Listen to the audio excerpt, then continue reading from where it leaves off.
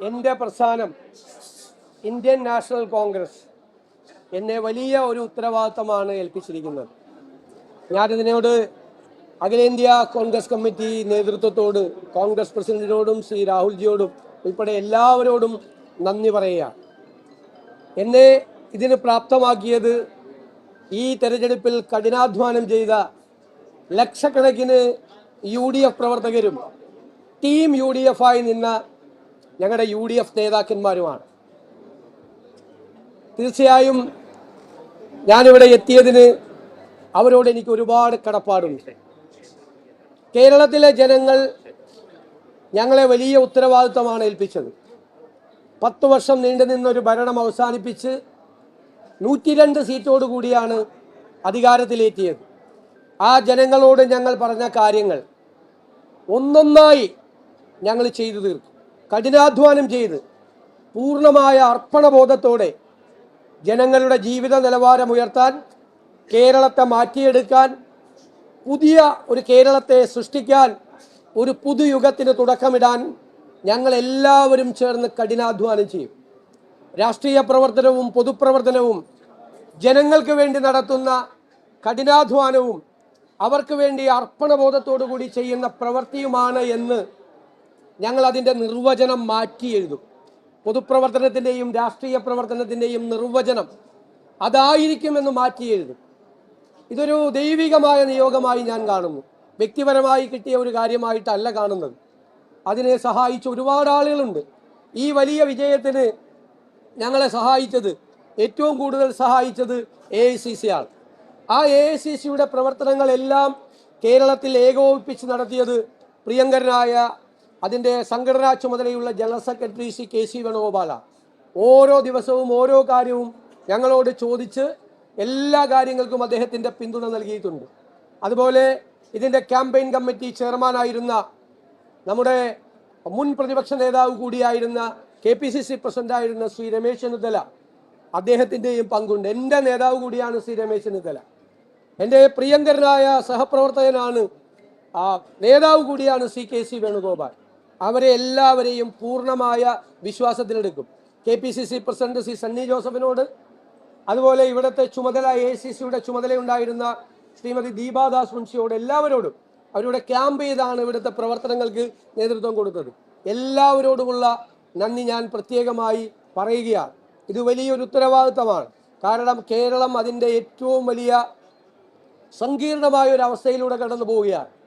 ഞങ്ങൾ തന്നെ ജനങ്ങളുടെ മുമ്പിൽ അവതരിപ്പിച്ച കേരളത്തിൻ്റെ ഒരു ചിത്രമുണ്ട്. ആ വെല്ലുവിളികളെ നേരിടാൻ കേരളം ഒരുമിച്ച് നിൽക്കണം. കേരളത്തിലെ എല്ലാ വിഭാഗം ജനങ്ങളുടെയും, പ്രതിപക്ഷത്തിൻ്റെ ഉൾപ്പെടെയുള്ള പൂർണ്ണമായ പിന്തുണ ഞാൻ അഭ്യർത്ഥിക്കുന്നു. നമ്മുടെ കേരളത്തെ നമുക്ക് രക്ഷിച്ചെടുക്കാൻ, പുതിയ കേരളത്തെ സൃഷ്ടിക്കാൻ എല്ലാവരും ചേർന്നുള്ള പ്രവർത്തനത്തിന് മാത്രമേ കഴിയുകയുള്ളൂ. നല്ല ഒരു ടീം ഉണ്ടാകണം. നല്ല ഒരു ടീം ബിൽഡ് ചെയ്ത്, ഒരാൾക്ക് ഒറ്റയ്ക്ക് ഒന്നും ചെയ്യാൻ കഴിയില്ല. ഒരു ടീമിനായിരിക്കും ചെയ്യാം. കേരളത്തെ രക്ഷിക്കാനുള്ള ആ ടീം ബിൽഡ് ചെയ്യുക എന്നുള്ള ഉത്തരവാദിത്വം കൂടി തീർച്ചയായും ഏറ്റെടുക്കും. ഹൃദയം നിറഞ്ഞ നന്ദി എല്ലാവരോടും പറയുന്നു. കേരളത്തിലെ ജനങ്ങളോട് പറയുന്നു. ഞാൻ പറഞ്ഞല്ലോ,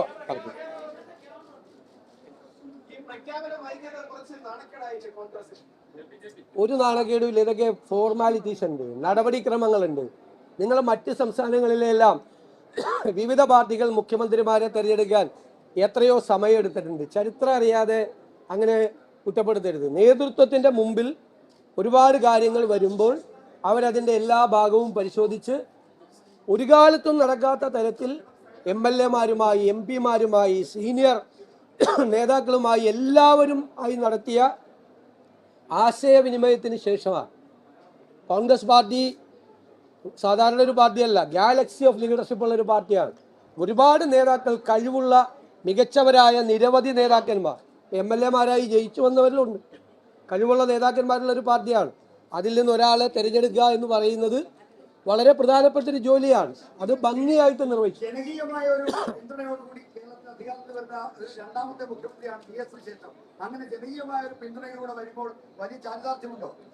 അല്ല, തീർച്ചയായിട്ടും ജനങ്ങൾ പിന്തുണച്ചിട്ടുണ്ട്. ജനങ്ങൾ UDF-നെ പ്രതീക്ഷയോടുകൂടി കാണുകയാണ്. അവർ UDF-നെ പിന്തുണച്ചിട്ടുണ്ട്, വൻ വിജയം നൽകിയിട്ടുണ്ട്. അതിനവർക്ക് വലിയ പ്രതീക്ഷയുണ്ട്. ഞങ്ങളറിയാലോ, ഞങ്ങൾ ടീം UDF ആയിട്ടാണ് നിന്നത്. ടീം UDF ഒരു പാർട്ടിയെ പോലെയാണ് പ്രവർത്തിച്ചത്. എല്ലാ നേതാക്കളും, പ്രിയങ്കരായ സാദിഖ് അലി തങ്ങൾ, ശ്രീ PK കുഞ്ഞാലിക്കുട്ടി സാഹിബ്, ഏറ്റവും സീനിയറായിട്ടുള്ള ശ്രീ PJ ജോസഫ് സാറ്, ശ്രീ പ്രേമചന്ദ്രനും ശ്രീ ഷിബു ബേബി ജോണും ഒക്കെയുള്ള RSP, CP ജോൺ ഞങ്ങളുടെ UDFന്റെ സെക്രട്ടറി ആയിരുന്നു. അതുപോലെ ശ്രീ രാജൻ ബാബു, ശ്രീ മാണി സി കാപ്പൻ, ശ്രീ അനൂപ് ജേക്കബ് ഉൾപ്പെടെയുള്ള UDF നേതാക്കൾ ഒരു ഒറ്റ പാർട്ടി, ഒരു പാർട്ടിയെ പോലെയാണ് അവരെല്ലാം പ്രവർത്തിച്ചത്. അവരെ എനിക്ക് ഉപദേശങ്ങൾ തന്നിട്ടുണ്ട്, അനുഗ്രഹങ്ങൾ തന്നിട്ടുണ്ട്, തെറ്റുകൾ തിരുത്തിയിട്ടുണ്ട്, കറക്റ്റ് ചെയ്തിട്ടുണ്ട്. അതുപോലെ തന്നെ ഞങ്ങൾ പോകും, ഇനിയും പോകും.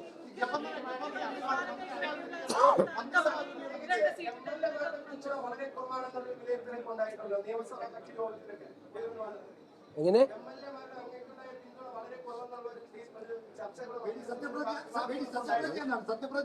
അല്ല, അത് പാർട്ടിയായിട്ടും ഘടകകക്ഷികളുമായിട്ടും ആലോചിച്ച് ഗവർണറെ കണ്ടതിന് ശേഷം തീരുമാനിക്കും. അത് ഇപ്പോൾ ഞാൻ നിങ്ങളെല്ലാം ആദ്യം കാണുന്നു. എല്ലാ മുതിർന്ന നേതാക്കളുമായി കൂടിയാലോചിച്ചതിന് ശേഷം എന്ന് വെച്ചിട്ടുണ്ട്.